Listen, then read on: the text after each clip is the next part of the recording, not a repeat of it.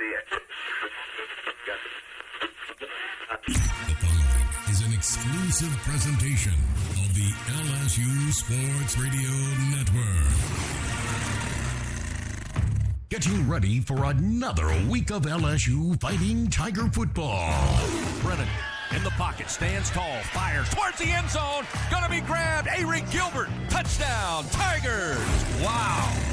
Welcome in to the Coach O press conference, brought to you by Our Lady of the Lake. Tell the truth, Monday, I can't wait to see our team today. A recap of last week and a look ahead to the battle coming up. Always knew at LSU that you have to win. I know the expectations of LSU is to win, and my goal has always been to win at LSU.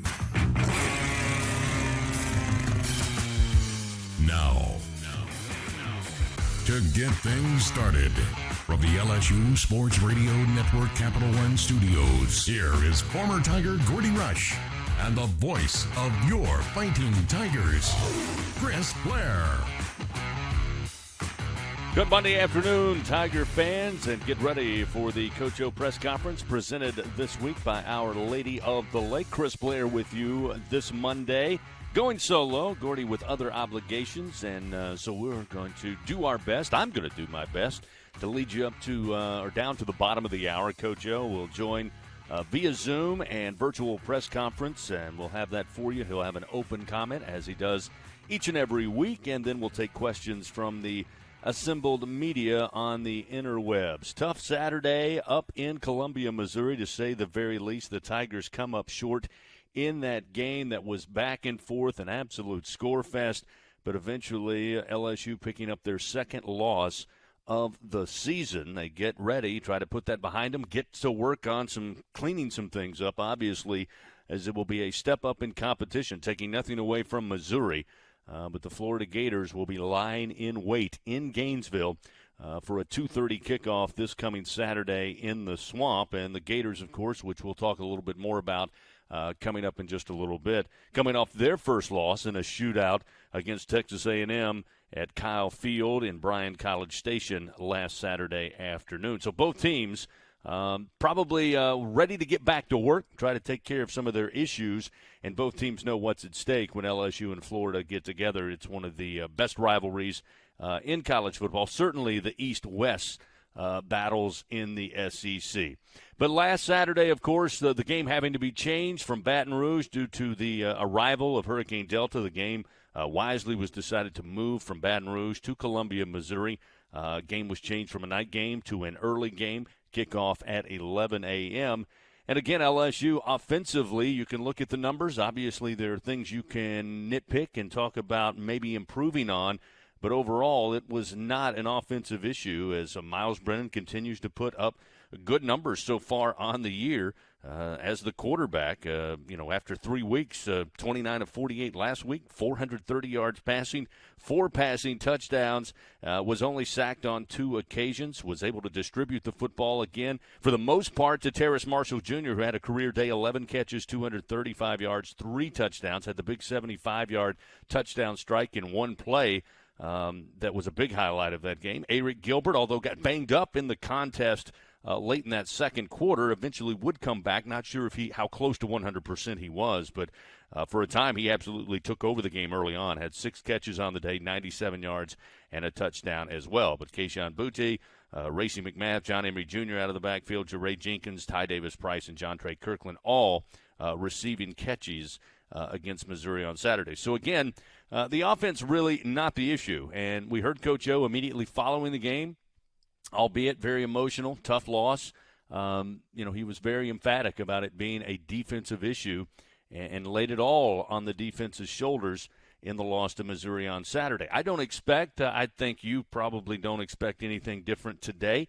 But as I mentioned, a little emotional, as we all are immediately following a game. I can't imagine as head coach with the pressure that Coach O has and that entire staff and obviously the players, and not pleased with the loss on Saturday.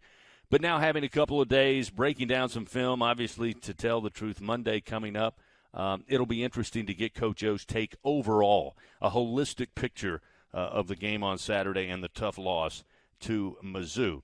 But again, not an offensive issue. In fact, the 3 weeks, I think you can be fairly pleased with the offensive performance, both in Miles Brennan, both in plays being made by receivers.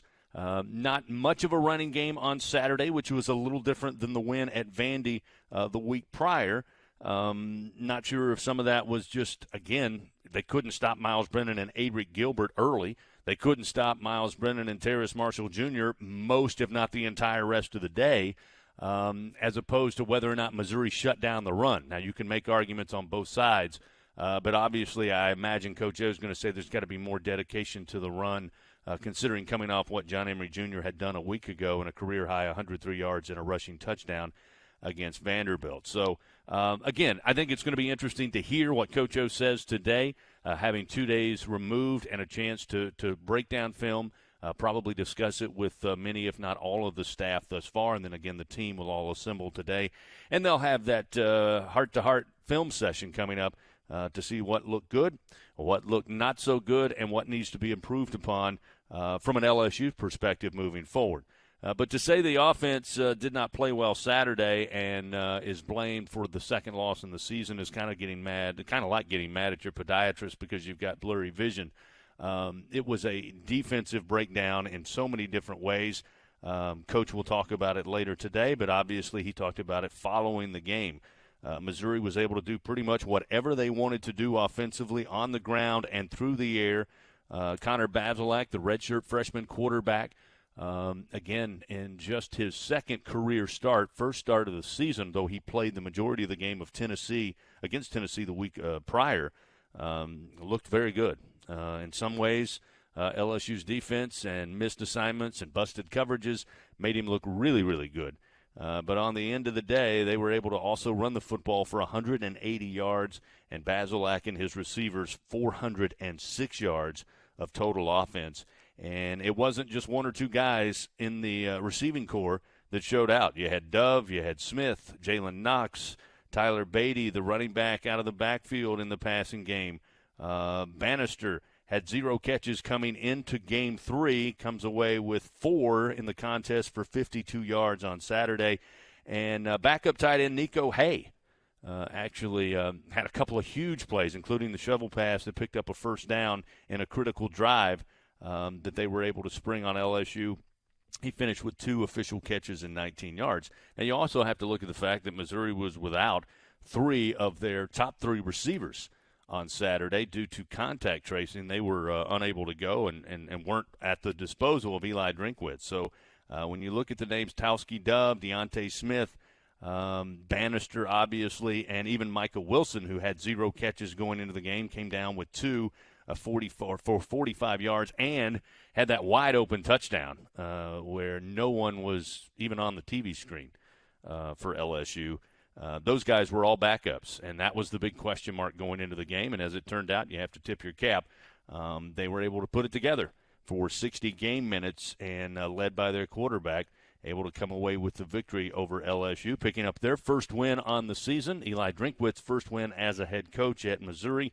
Obviously his first SEC win as well. So the Tigers now try to pounce back as I like to say, and it will be a tall order against the Florida Gators coming up.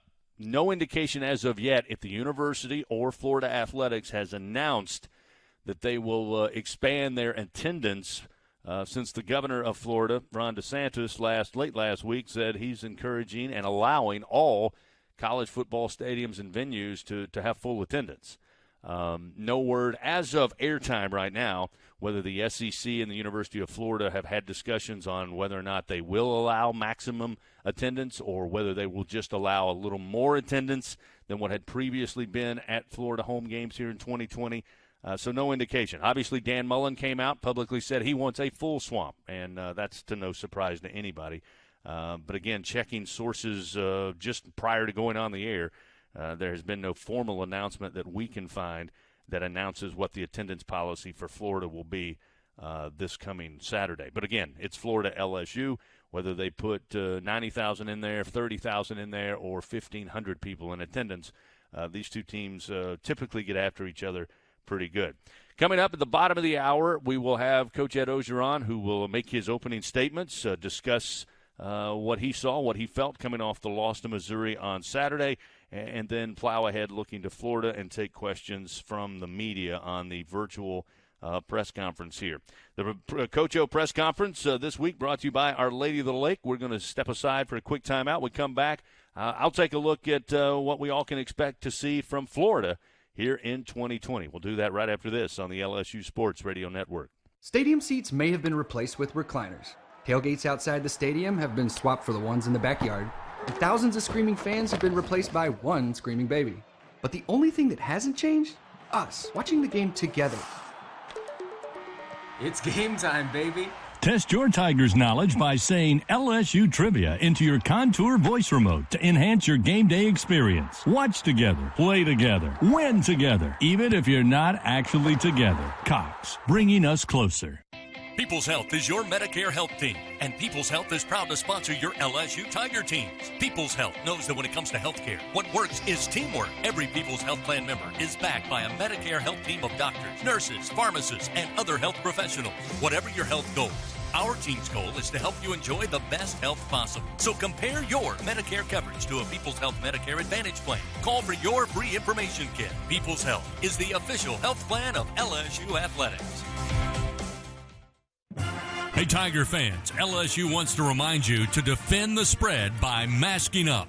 The best defense against the spread is in your face coverage. Remember to wear your mask in public. Here are some quick and easy steps to stay well. Always wash your hands with soap and water for at least 20 seconds.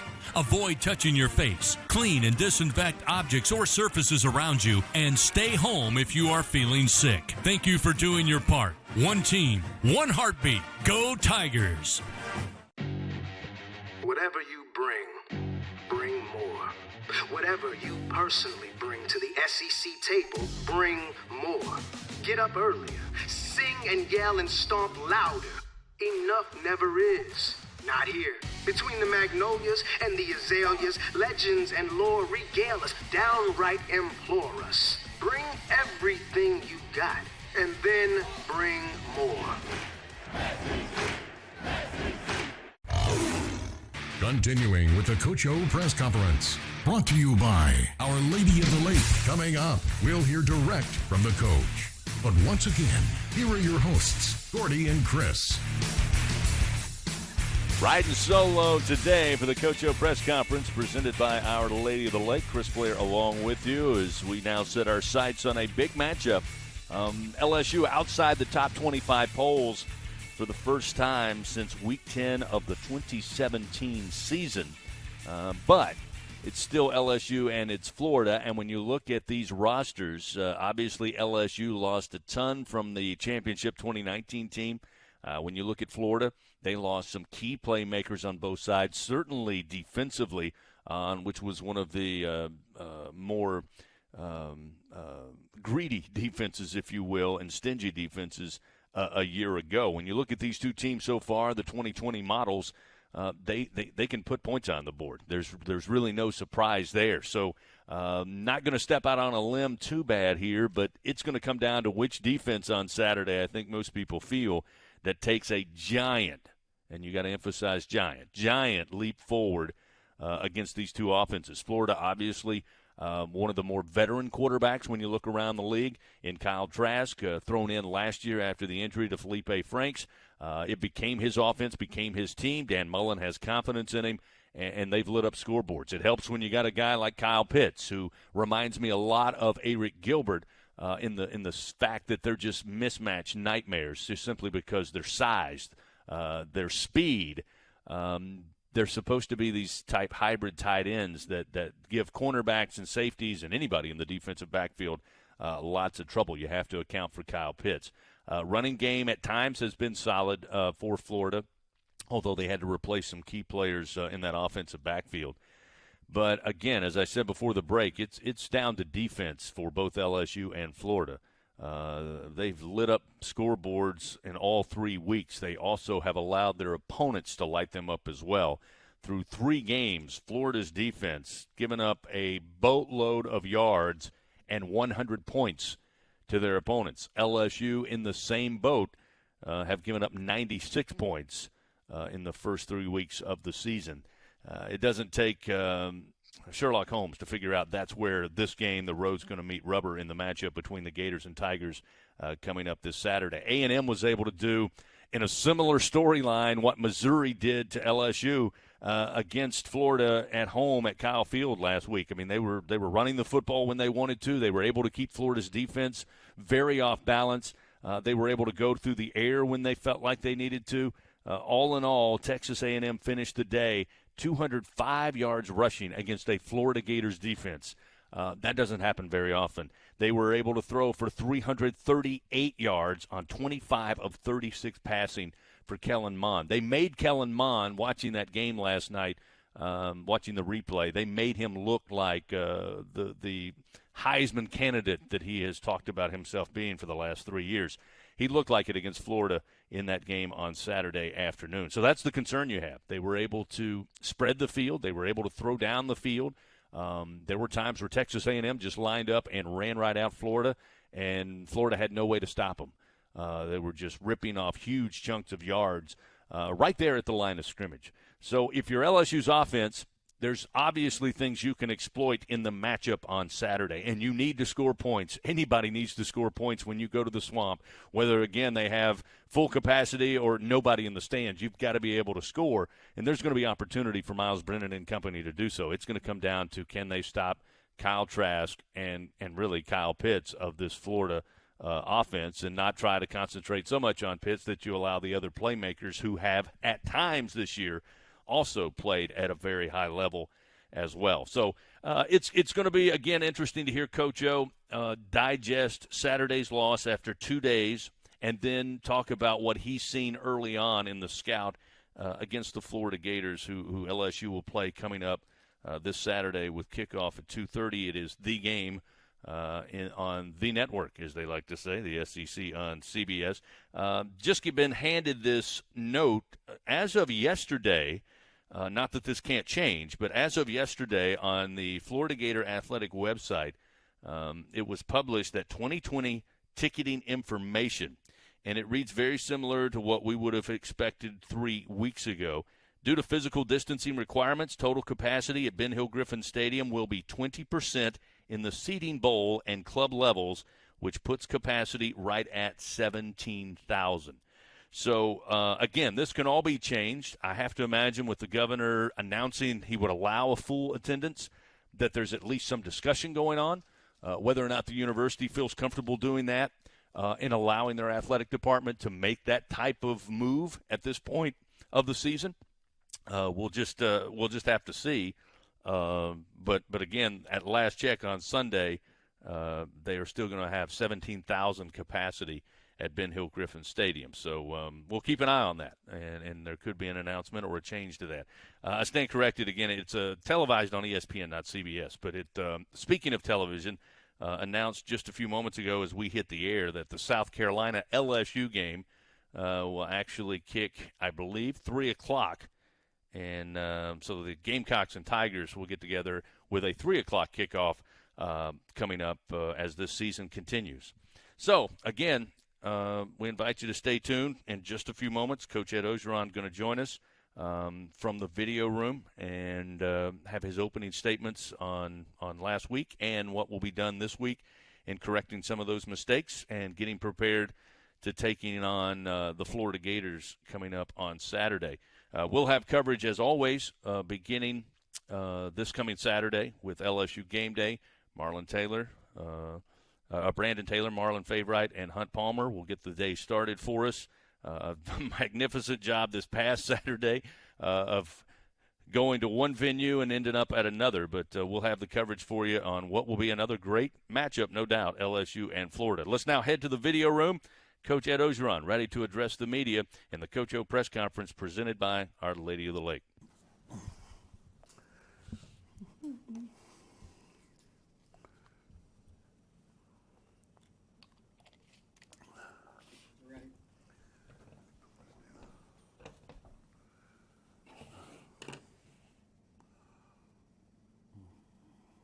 We're ready, Coach. All right, guys. Obviously a very disappointing loss. Like I told the players, put it on me. I told the coaching staff this morning that we got to coach them better. We got to get better. We identified things that went wrong on the meeting, in a big meeting yesterday on offense. I thought our guys played very good in most of the game. I was very impressed with Miles Brennan, 430 yards passing, 4 touchdowns, no interception. The biggest thing, he took the big hit down there on the goal line and kept on coming. He's not going to practice today. He's sore, but he's going to be back tomorrow. And I was very proud of Miles. Very proud of Terrence Marshall, 11 catches, 235 yards, 3 touchdowns. Eric Gilbert, freshman, six catches, 97 yards, 1 touchdown. I thought those guys played very well. Very disappointing on the third down, 0 of 10. We've got to get it fixed. We've got to take the accountability as coaches. We've got to get it fixed. We've got to have a better scheme. And then we got to have better execution. No excuse on the goal line, none whatsoever. We need to get our best personnel in the game. When we're driving, we should get our best personnel in the game that fits the plays that we're calling. We should have had a better plan on the goal line. We're going to start on that today. All right, on defense, not a very good performance. We had a long meeting yesterday about communication, about missed singles, about all kinds of stuff. And I'll just put it on the coaches. That's all that is. I'm not going to put it on the players. We got to execute better. But we got to practice better. We got to simplify. I told both Steve and Bo to simplify. Make sure that our players can do it. I don't care if we have to play one defense and one coverage. Play it right. Do whatever we need to do. Put our athletes in a good position and let them make plays. I don't know the players are hurting today. I'm going to talk to them today. We're going to get it fixed. On special teams, our guys did a good job. We got to. Zach Van Rosenberg is doing a phenomenal job of punting. I was disappointed in Cade's block. It was low, hit the guy in the helmet. That could have been a game-winning field goal for us at the end. The kickoff team, we need to look at our personnel. We need to look at our kicks. Avery's kicking it deep, but he didn't kick it in the right position. And some of our guys got out of position on our kickoff, so we're going to look at the personnel and some of the things that we're doing. Overall, we're going to stay positive within this program. It's my job as the leader. I take accountability of everything to get it fixed. And we're going to get ready for Florida. Very good football team. Just a couple of things on Florida. I think Dan Mullen's an outstanding game day caller. I've known Dan for a long time, been against him. And we got our work cut out for us. He's an excellent coach. He's got an excellent staff. This is one of the best staffs we're going to be against and one of the best personnel we're going to be against. So we've got a lot of respect for Florida Gators and who they are. Kyle Trask is an excellent quarterback. Kyle Fitz is an excellent tight end. You can call him a tight end, but a receiver. One of the best players in America we're going to see. And then Tony is an outstanding receiver. They got a lot of speed. As we know, Florida's got a lot of speed. I'm very impressed with their running backs. They run hard. Yards after contact is the biggest and best offensive line we've played so far. A big challenge for our defense. A big challenge to go toe-to-toe with them, make the proper calls, make the proper adjustments, and cover their wide receiver and tackle their backs. It's not a hard game plan. On defense, Todd Grenham's an excellent defensive coach. They're not playing the defense that they usually play, but I know against us they're going to play great defense. He's a great defensive line coach. They always have speed on the defense. Brandon Cox, junior defensive end, Ventrell Miller. Those guys are good players, but they have good players all over the field. This is going to be a big challenge for us. Our third road game in a row, we can't blink. But we got to fix LSU first today. And it's going to be a big day today. We got goal line. We got short yardage going in. We got corrections. We got red zone. We're going to make a couple of adjustments in personnel throughout the week. Put our best players in the position we can and get this thing fixed. Any questions? Hey, Coach. Good morning. Jacques from WAFB. Coach, when a team gets in a situation like this, a lot of times people say two things are going to happen. Either they're going to come out and play above their head and give an amazing effort, or it's going to spiral out of control. There's nothing in the middle. Yeah. Do you think that that's kind of the case for you as you go to Florida this Yeah, weekend? I just think we need to play up to our capability. I don't think we need to play over our head. We got some good players. We got some good coaches. We got to do it right. You know what I'm saying? And I don't see the other one ever happening here. Hey, Coach. Shea Dixon with 24/7. When you guys had dropped a couple of early season games before, you rebounded after Troy and went to Florida and won. And you said that team, those losses gave them some grit. Mm-hmm. I know it's different teams, but what about this week? Does the team need to do to kind of match what happened following that Troy loss? We'll find out. It starts with practice. It starts with the coaches. I'm not going to put it on the players. It starts with the coach. We got to coach them better. I mean, there's some things going on in that film. Some busts, guys weren't running wide open. Not the right calls on the goal line. We didn't block some people. So as coaches, we got to clean stuff up, man. It starts with me. We got to be accountable. We got to be detailed. So I want to put it on the coaches first, and then the players got to go out and they got to understand. They got to come in and work extra. They got to look at their iPads at night. They got to study. They got to be committed, and which I think they are. And we got to make sure that they understand the game plan that we want them to execute, and for them to go out and execute. That's all that is. Hey, Coach Jared Joseph, Fox 44. I know last year when the defense had struggled against Ole Miss, y'all simplified it and it kind of rebounded. Are there some parallels from last year having that turnaround to what could happen with simplifying this year? Yeah, well, I hope so. And we're definitely going to simplify. There's no question about that. And I'm gonna make sure that any defense is called. Bo's gonna call the defense, but I'm gonna make sure anyone that's called that we run it right all week, and our guys understand it. If we don't understand it, we're not running it. Hey Ed, first I just want to ask. I don't think we saw Abduike on Saturday. What's his status right now? And then also, I guess. For someone like me who doesn't really understand, I guess, would you say it was just too complicated and guys weren't really understanding, or what is the problem exactly? So what was the first thing you said, Brody? I don't think we saw Abduike at all Saturday. What's his status right now? Yeah, I think you're going to see him more this week. He didn't have a good week against the zone team. The first week got cut out of his gap. This is a big stretch team, so we wanted to put some maybe a little quicker speed in there. But he's going to be on second team this week. He's going to play a little bit more. I do believe that there was some complicated stuff going on. I do believe there was some miscommunication going on. Guys were out of position. Guys didn't play stuff right. We go back in the second half. We said we're going to blitz more. We had a blitz coming from the field. We had a miscommunication. They let the receiver go right down the field. That's on us. That's on the coaching staff. We got to make sure our guys know everything that we're going to do. If not, we're not going to run it. Coach, obviously, a lot of us have made note of the fact that you said in the offseason that the defense looked better than it did at any point last year. What were you seeing in practice that you liked, and what has not translated to the field in these games? Yeah, I saw a defense with a lot of pressure. I saw a defense running around, making plays, eliminating explosive plays. That's why I said it. So I know some of you have tried to burn me on that. I get that. It ain't no big deal. But that's what I saw, and I told the truth. I didn't think we played great defense last year. And I brought Bo in. I thought that I still think we can have an outstanding defense. I know there's not a lot of great defense being played in the SEC right now. That's no excuse. I don't want to hear that. I want to play great defense at LSU, and we're going to play great defense one way or another. So the things that I saw, like I always did, I told you all the truth. And I thought we were pressuring the quarterback more. I thought we were flying around. I thought we were fitting the run. And so that's what I saw in practice. That's what I told y'all. Hey, Ed Wilson, Alexander from the Advocate. Moving just a little bit to the Florida side of things, you mentioned, I think, Kyle Pitts has had such a great start to the year, their tight end.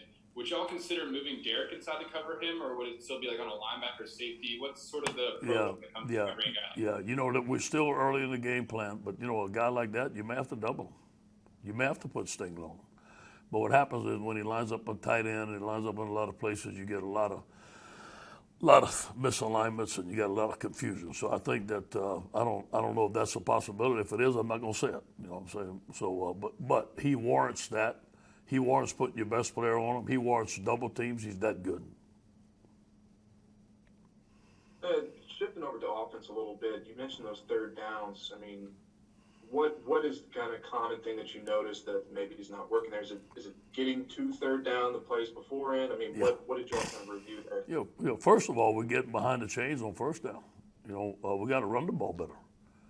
We have more manageable third downs. We got to be in third down and 3, and sometimes we're in third and 3, we're not making it. So I can't put it on that. So it's a combination of running the ball, being better, manageable third down, and when we get there, we've got to have better schemes. So the coverages, we've got to have better protection, and we've got to execute. And that's not being done right now. Hey, good afternoon. Matt Moscona, ESPN Baton Rouge. You mentioned just a second ago about defenses struggling in the SEC as a whole. I know you're not making excuses, but is there something you're seeing as a common underline? Is it just that offenses are getting better, or is there something common underline that's causing defenses to really struggle right now? I haven't studied anybody well enough, Matt, to tell you that. To be honest, I don't get to watch a lot of games, but I see the scores.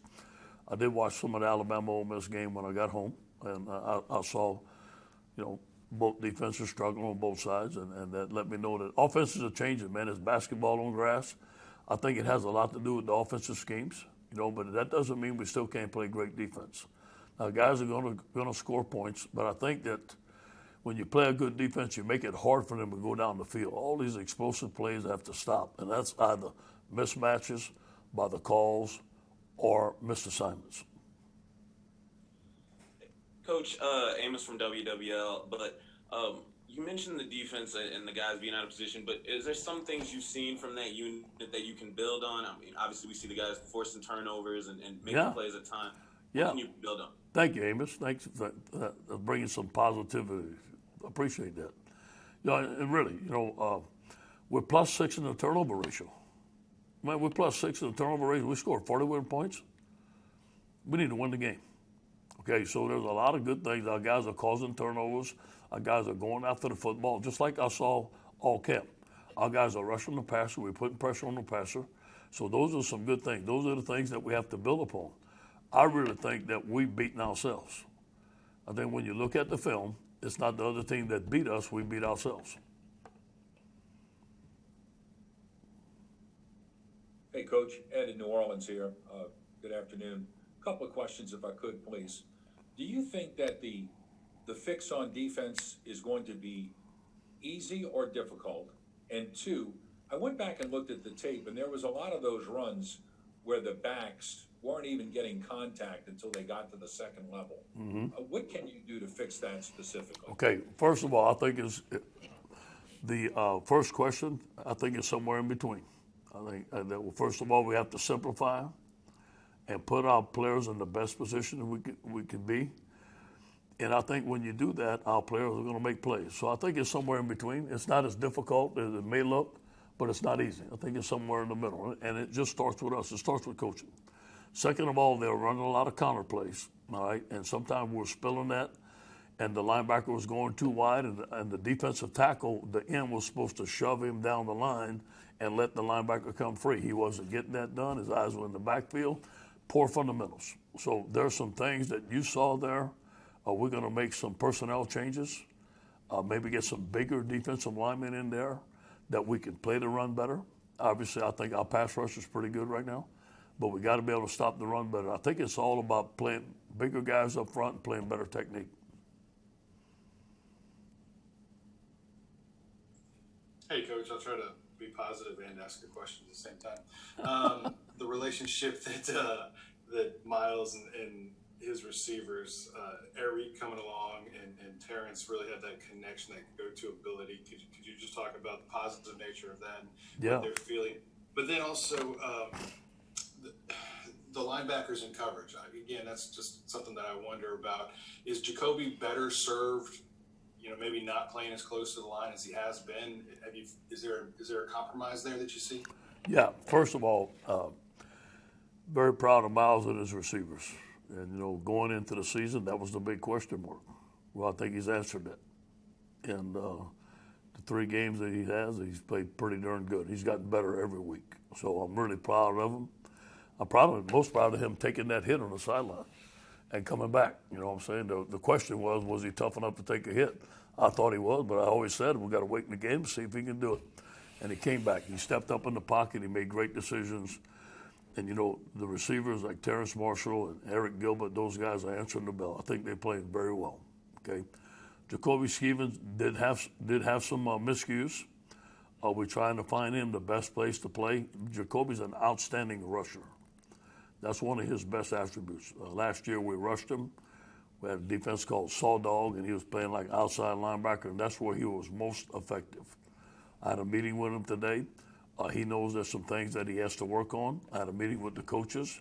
They know that we need to put him in better positions for him to make plays and use the talents that he has.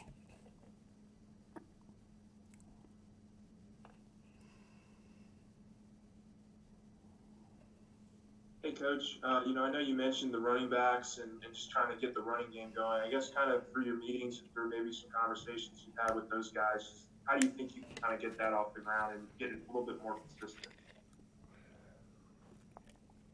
Well, first of all, we have to call it more, okay? And second of all, that people are loading the box up on us, and we need to take advantage of it. We take advantage of it, and we did. We're not running the ball well. We scored 41 points. You know what I'm saying? I'd rather not run the ball well than run the ball well and score 13. So that we got to take what they give us, all right? But we do have to be more creative in the run game. I do believe. I believe that when we get our guys outside, especially John Emery, Tyron, we get outside. If the guys are loading the box or they're stunting, we can get outside and run the football. So it's a combination of both. We got to take what the defense gives us, but we got to be able to run the ball better on first down, because when you throw it, as we all know, you throw the ball on first and second down, then you're in third down and 10, and it just makes it tough for offense. Coach, is Miles Brennan playing better than you thought he would so far? Just the numbers he's put up, and especially the deep ball and his accuracy. Yeah. Well, he's playing as good as I hoped he would. I can tell you that. And I believed in him, and I always believed in Miles. And I always said that. But I knew he had some stuff to get better at. I think the coaches have done a tremendous job of coaching him up. He's a coachable kid. He's in here every day. He's the first one I see here all day. And he's studying. He's getting better. He's got a lot of 1-2 in him. So, yes, he is playing as well as I have hoped that he'd play.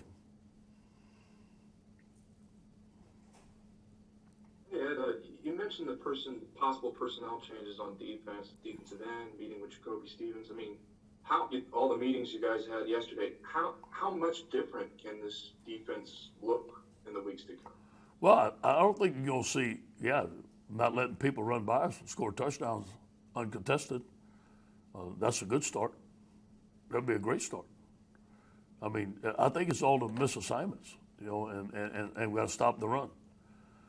So it's not going to be like you're going to see a different defense out there. We're still going to be a 4-3 defense, but maybe we can put people in some better positions and play it better. And if we have to play, like I said, we'll play one defense. I'd rather play one defense and get it right. Hey, Ed, back to the offensive side of the ball with things with Harris. I mean, he's off to an incredible start this year. What is it about him that makes him just such an effective wide receiver? He's a competitor. He's a great young man. Always has a smile on his face. I played with his uncle, Joe Delaney, and he comes from a great family, and he reminded me a lot of Joe and his demeanor. Joe, everybody loved Joe on the team. Everybody loves Terrence on the team. He came off the field, Coach, I'm getting one-on-one. Give me the ball, man. He's just in that zone, and he's worked hard, and just a tremendous young man. And he has a great character about himself, great family, and I'm glad he's a Tiger.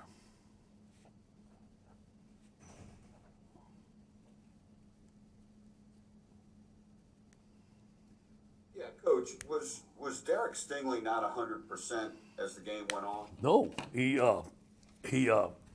sprained his ankle on the down marker. Right. Coming off the field. Yeah. So he was playing. I don't know what part of the game that happened, but after that he was playing on a sprained ankle, and he played.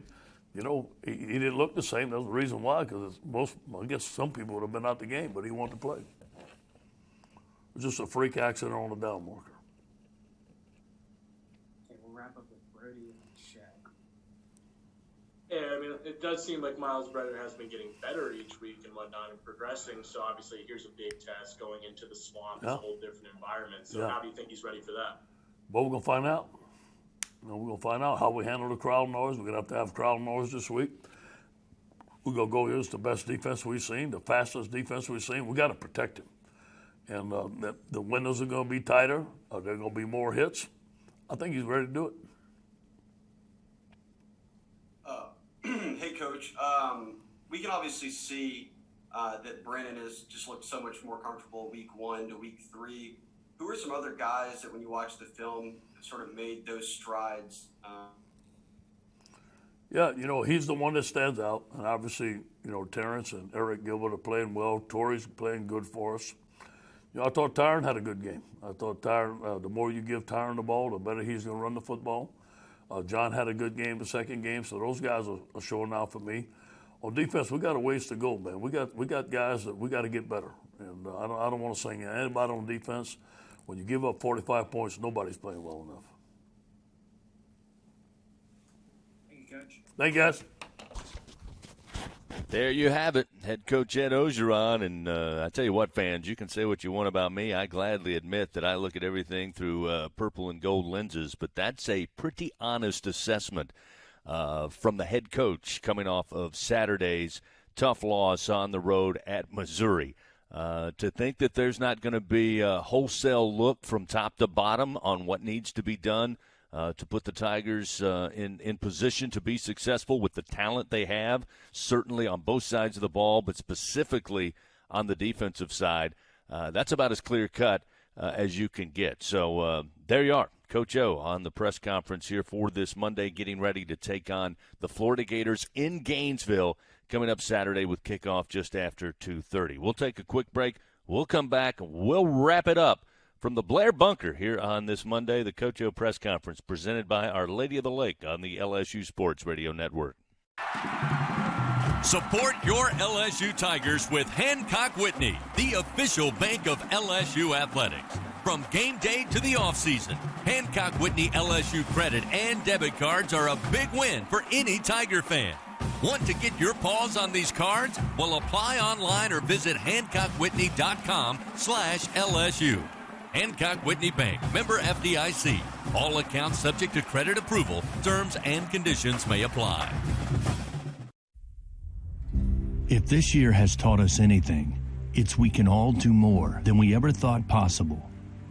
That compassion can persevere through the greatest challenge, and that ingenuity and excellence can transform us forever. At Our Lady of the Lake, we see each person, never simply the patient, because health is a human experience. Our Lady of the Lake, the official healthcare provider of LSU Athletics. LSU fans, show your pride with real Tigers gear from the official online store of LSU Athletics, lsushop.net. You'll find everything a Tiger fan needs, including jerseys, jackets, polos, t-shirts, hats, and more, with an awesome selection of more than 4,100 products, including official team merchandise from Nike. When it comes to team pride, there's only one place real Tiger fans go, lsushop.net. Can't just watch. Basically impossible, roundly implausible to enter the gates of the SEC and be a faint spectator, a fly on the wall, not at all. Excuse yourself to lose yourself in something bigger. The traditions, the superstitions, the fight song in every rendition. You can't just watch. Not in the home of more. Back to wrap up today's Coach O press conference, brought to you by Our Lady of the Lake. Once again, here is Chris Blair. All right, the Tigers get ready to head to the Swamp coming up this Saturday, 2:30 kickoff, as they will take on the Florida Gators. Once again, earlier today announced the South Carolina LSU game coming up on the 24th at Tiger Stadium will kick off just after 3 o'clock. That will be televised by the SEC Network. Coming up this Saturday, we'll have the coverage for you. And again, the media's chance to talk to Coach O today. It's always your chance as fans to talk with your head football coach coming up Wednesday night. Once again, due to contact tracing, Hunt Palmer will be in that seat over at TJ Ribs with head coach Ed Ogeron. But they will be taking your calls and questions Wednesday night on the Ed Ogeron Show presented by Hancock Whitney starting at 7 p.m. Then Brandon and Marlon and Hunt will be back on Saturday right around lunchtime, 12:30. They'll crank things up for us with LSU Game Day from TJ Ribs, leading us up to the 2:30 kickoff from the Swamp. And happy to say it will be Greg Bowser, Gordy Rush, and myself in Gainesville calling the action for LSU on Saturday. So we hope you'll tune in Wednesday and on Saturday as well. That's going to do it for us here on this Monday. The Coach O Press Conference presented by Our Lady of the Lake. Be back here next week, same time, same channel. Until then, this is Chris Blair saying so long, everybody, and go Tigers. This has been the Coach O Press Conference. Go Tigers. Brought to you by Our Lady of the Lake. For the very latest on Fighting Tiger football, follow them on Twitter at LSU Football. Online anytime at lsusports.net or download the all-new LSU Sports mobile app. The Coach O Press Conference is an exclusive presentation of the LSU Sports Radio Network and Outfront Sports.